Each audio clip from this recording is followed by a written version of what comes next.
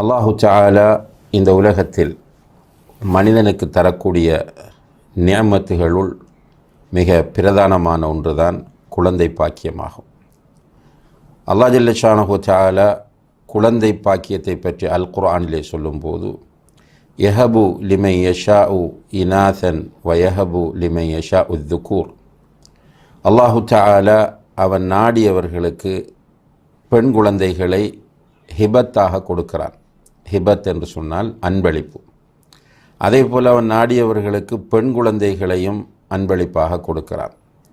அவன் நாடியவர்களுக்கு பெண் குழந்தைகளையும் ஆண் குழந்தைகளையும் சேர்த்து கொடுக்கிறான். அவன் நாடியவர்களை குழந்தைகள் இல்லாமலும் ஆக்குகிறான் என்று அல்லாஹு தஆலா குர்ஆனிலே சொல்லி காட்டுகிறான். ஆக இங்கே 4 நிலைகளை அல்லாஹு தஆலா நமக்கு உணர்த்துகிறான். ஒன்று ஆண் குழந்தை கிடைப்பது, இன்னும் ஒன்று பெண் குழந்தை மட்டும் கிடைப்பது, இன்னும் ஒன்று ஆண் குழந்தையும் பெண் குழந்தையும் சேர்ந்து கிடைப்பது, 4வதாக குழந்தை இல்லாமல் ஆகுவது. இதிலே குழந்தை பாக்கியம் என்பது ஒரு அருட்கொடை என்பதை அல்லாஹு தஆலா சொல்லி காட்டுகிறான். இந்த குழந்தைகளை ரசூல் ஸல்லல்லாஹு அலைஹி வஸல்லம் அவர்கள் சொல்லும்போது அவுலாதுக்கும் ஹிபத்துல்லாஹி லக்கும், குழந்தைகள் அல்லாஹ் உங்களுக்கு தந்த அன்பளிப்புகள் என்று சொல்கிறார்கள். உண்மையிலேயே குழந்தை பாக்கியம் என்பது அல்லாஹுடைய மிகப்பெரிய ஒரு நிஅமத்தாகும். அதே நேரத்தில் குழந்தை பாக்கியம் இன்மை என்பது ஒரு சோதனை என்பதை நாம் புரிந்து கொள்ள கடமைப்பட்டிருக்கிறோம். இதை ஒரு தண்டனையாக நாம் நோக்கக்கூடாது. சிலர் குழந்தை பாக்கியம் இல்லாததை ஒரு தண்டனை என்று கருதுவார்கள். அப்படி கிடையாது. குழந்தை பாக்கியம் இல்லாமலாக்குவது அல்லாஹுடைய சுன்னத்தில் உள்ள ஒன்று. அல்லாஹு தஆலா அதை நமக்கு ஒரு சோதனையாக ஆக்குகிறான். இப்போ குழந்தை பாக்கியம் இல்லாதவர்கள் முதலிலே பொறுமையை கடைப்பிடிக்க வேண்டும். ஏனென்றால் அல்லாஹுடைய கதிரை பொருந்தி கொள்வது என்பது பொறுமையிலே மிக முக்கியமான ஒன்றாக இருக்கிறது. நபி ஸல்லல்லாஹு அலைஹி வஸல்லம் அவர்கள் சொன்னார்கள், அஜபன் லி அம்ரில் முஃமின், ஒரு முஃமினுடைய காரியம் ஆச்சரியமாக இருக்கிறது. இன்ன அம்ரஹு குல்லஹு ஹைர், அவனுக்கு எது நிகழ்ந்தாலும் அது நலவாகவே அமைகிறது. ஏனென்றால் அவனுக்கு ஒரு நல்லது நடந்துவிட்டால் உடனே பெருமை கொள்ளாமல் ஆணவம் கொள்ளாமல் அல்லாஹுக்கு நன்றி செலுத்துகிறான். எனவே அது நலவாக அமைகிறது. அவனுக்கு ஒரு துன்பம் நேர்ந்து விட்டால் அந்த துன்பத்தை கொண்டு அவன் நிலை குலைந்து விடாமல் அவன் பொறுமை காக்கிறான். இந்த பாக்கியம் முஃமினை தவிர வேறு யாருக்கும் இல்லை என்று நபிகள் நாயகம் ஸல்லல்லாஹு அலைஹி வஸல்லம் அவர்கள் சொல்கிறார்கள். எனவே அன்புள்ள சகோதர சகோதரிகளே, குழந்தை பாக்கியம் இல்லாமல் போவது என்பது ஒரு சோதனை என்ற அடிப்படையில் இது அல்லாஹுடைய கதிர் என்பதை நாம் ஈமான் கொண்டு, இது அல்லாஹுடைய விதி என்பதை ஈமான் கொண்டு அங்கே பொறுமையை கடைப்பிடிப்பது என்பது மிக முக்கியமாகும். இந்த பொறுமையை கடைப்பிடிப்பது என்று சொல்லும்போது நாம் குழந்தைக்குரிய முயற்சிகளை கடைசி வரையும் செய்ய வேண்டும். குழந்தை கிடைப்பதற்கான எல்லா விதமான மார்க்கம் அனுமதித்த முயற்சிகளையும் செய்ய வேண்டும். முதலில் அல்லாஹ்விடத்திலே அதிகமாக துஆ கேட்க வேண்டும். அல்லாஹ் ஜல்ல ஷானஹு தஆலா என்னுடைய அடியார்கள் கேட்டால் அவர்களுக்கு நான் கொடுக்க வந்திருக்கிறேன் என்று அல்லாஹ் சொல்லுகிறான். அவர்களை வெறுங்கையோடு அனுப்புவதற்கு அல்லாஹ் வெட்கப்படுவதாக நபி ஸல்லல்லாஹு அலைஹி வஸல்லம் அவர்கள் சொல்லுகிறார்கள். இப்போ கேட்கும் போதும் உறுதியாக கேட்க வேண்டும். ஒரு கேலஸாக அல்லது யா அல்லாஹ் நீ விரும்பினால் கொடு என்றெல்லாம் கேட்காமல், யா அல்லாஹ் எனக்கு குழந்தை பாக்கியத்தை தந்துவிடு என்று அல்லாஹ்விடத்திலே மன்றாட வேண்டும்.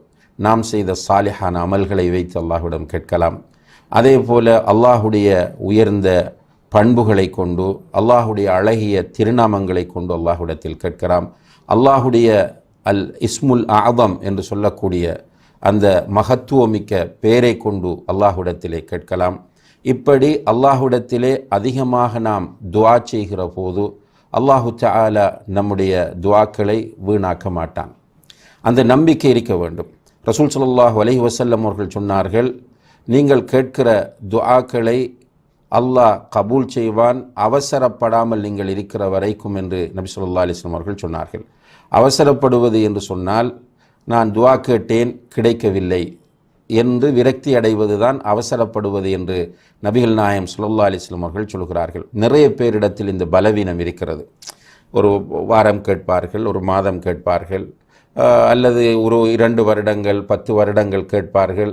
பிறகு என்ன சொல்கிறார்கள் என்றால், எவ்வளவோ கேட்டுவிட்டோம், தஹஜ்ஜத்திலே கேட்டோம், சுஜூதிலே கேட்டோம், மக்காவுக்கு போய் கேட்டோம், எவ்வளவு கேட்டும் நமக்கு கிடைக்கவில்லை என்று விரக்தி அடைந்து விடுகிறார்கள். இது அவசரப்படுவது என்று நபிகள் நாயகம் ஸல்லல்லாஹு அலைஹி வஸல்லம் அவர்கள் சொன்னார்கள். அல்லாஹின் மீது தவக்குல் வைத்தவர்களாக, அல்லாஹின் மீது நம்பிக்கை வைத்தவர்களாக, உறுதியான முறையில் அல்லாஹ்விடத்திலே பிரார்த்தித்து கொண்டே இருக்க வேண்டும். அல்லாஹ் தருவான் என்ற நம்பிக்கையோடு, சில நேரங்களில் அல்லாஹு தஆலா தராமல் விடுகிறான் என்று சொன்னால் அதிலே நிச்சயமாக அல்லாஹ் நிறைய நலவுகளை வைத்திருப்பான் என்பதையும் நாம் ஈமான் கொள்ள வேண்டும்.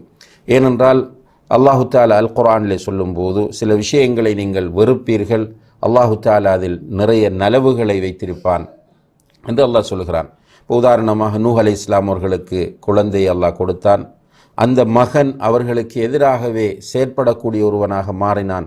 இது குழந்தை கிடைக்காமல் இருந்திருந்தால் பரவாயில்லை என்கிற நிலையில் உள்ள ஒன்றாகும். அதாவது நூஹ் அலைஹிஸ்ஸலாம் அவர்களுக்கு அல்லாஹ் குழந்தை பாக்கியத்தை கொடுத்து, அந்த குழந்தை தந்தைக்கு எதிராக, தந்தையினுடைய பிரச்சாரத்திற்கு எதிராக, அவருடைய பணிக்கு எதிராக வருகிறது என்று சொன்னால் அதைவிட குழந்தை இல்லாமலே இருந்திருக்கலாம். இப்போ அல்லாஹு தஆலா ஒன்றை நமக்கு நாடுகிறான் என்றால் நிச்சயமாக அதிலே நமக்கு நலவு இருக்கிறது என்பதை நாம் புரிந்து கொள்ள கடமைப்பட்டிருக்கிறோம்.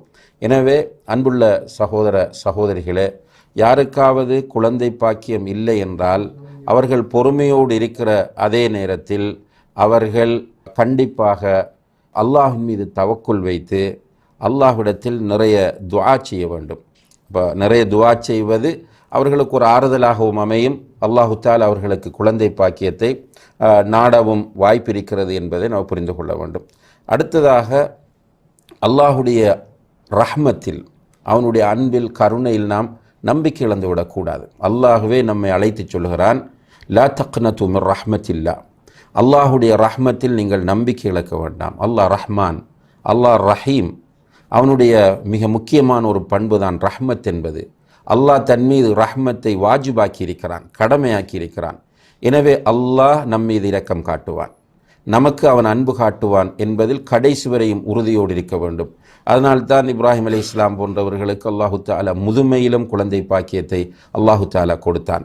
இப்போதும் உலகத்தில் சிலரை நாம் பார்க்கிறோம், 60களில் குழந்தை கிடைக்கிறது, 70களில் குழந்தைகளை பெற்றிருக்கிறார்கள். அல்லாஹ் அலா குல்லி ஷைஇன் கதீர். அல்லாஹு தஆலா எல்லாவற்றுக்கும் ஆற்றல் உள்ளவனாக இருந்து கொண்டிருக்கிறான். அவன் விரும்பியதை செய்யக்கூடியவனாக இருக்கிறான். அவனுடைய செயற்பாடுகள் அனைத்தும் நீதமானவையாக இருக்கின்றன.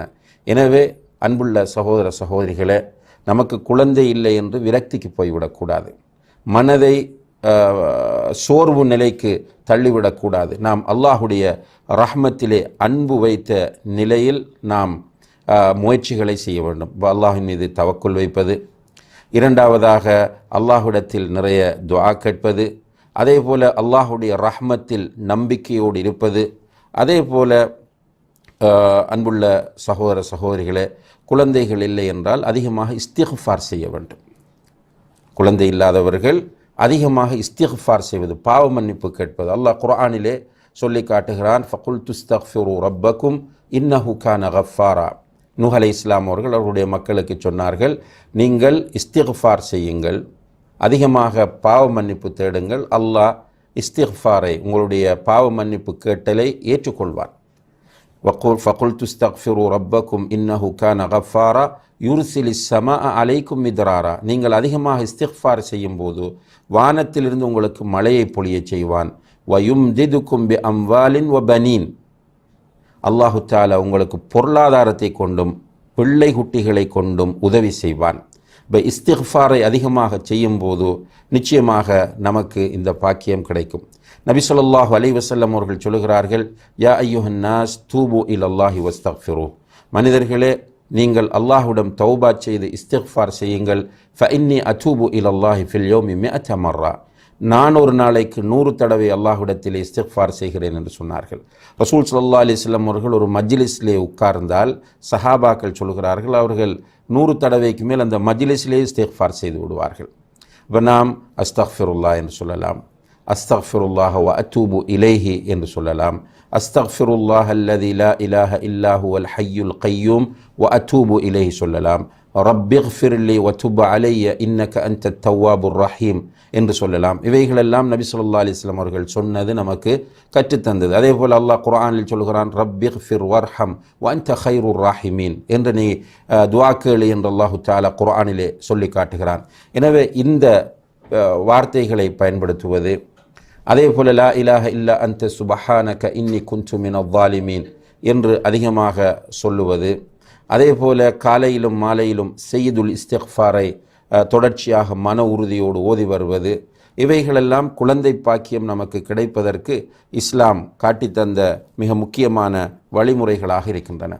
அதே போல அன்புள்ள சகோதர சகோதரிகளே, குழந்தை பாக்கியம் இல்லாதவர்கள் பாவங்களை குறைத்து கொள்ள வேண்டும். பாவங்களிலிருந்து முடியுமானவரை மேக்சிமம் அதிலிருந்து விடுதலை பெறுவதற்கு முயற்சிக்க வேண்டும். ஏனென்றால் அல்லாஹு தஆலா அல் குர்ஆனிலே சொல்லும்போது, வமா அசாபக்கும் மின் முசீபத்தின், உங்களுக்கு ஏற்படக்கூடிய எந்த ஒரு துன்பமாக இருந்தாலும் முசீபத்தாக இருந்தாலும் ஃபபிமா கசபத் ஐதீக்கும், நீங்கள் தேடிக்கொண்டதனால்தான் அந்த முசீபத்துகள் உங்களுக்கு உண்டாகின்றன என்று அல்லாஹ் குர்ஆனில் சொல்லி காட்டுகிறார். எனவே நாம் இந்த குழந்தை பாக்கியம் ஒரு முசீபத், நமக்கு ஒரு சோதனை. எனவே இதிலிருந்து விடுதலை பெறுவதற்கு நாம் செய்யக்கூடிய பாவங்களிலிருந்து நாம் விடுதலை பெற வேண்டும் என்பதை நாம் புரிந்து கொள்ளலாம். அதே போல ஏழைகளுக்கு நிறைய நாம் உதவி செய்வது, ஏழைகளுக்கு தேவை உள்ளவர்களுக்கு நிறைய உதவிகளை செய்யும் போது அல்லாஹு தஆலா நமக்கு உதவி செய்வார்.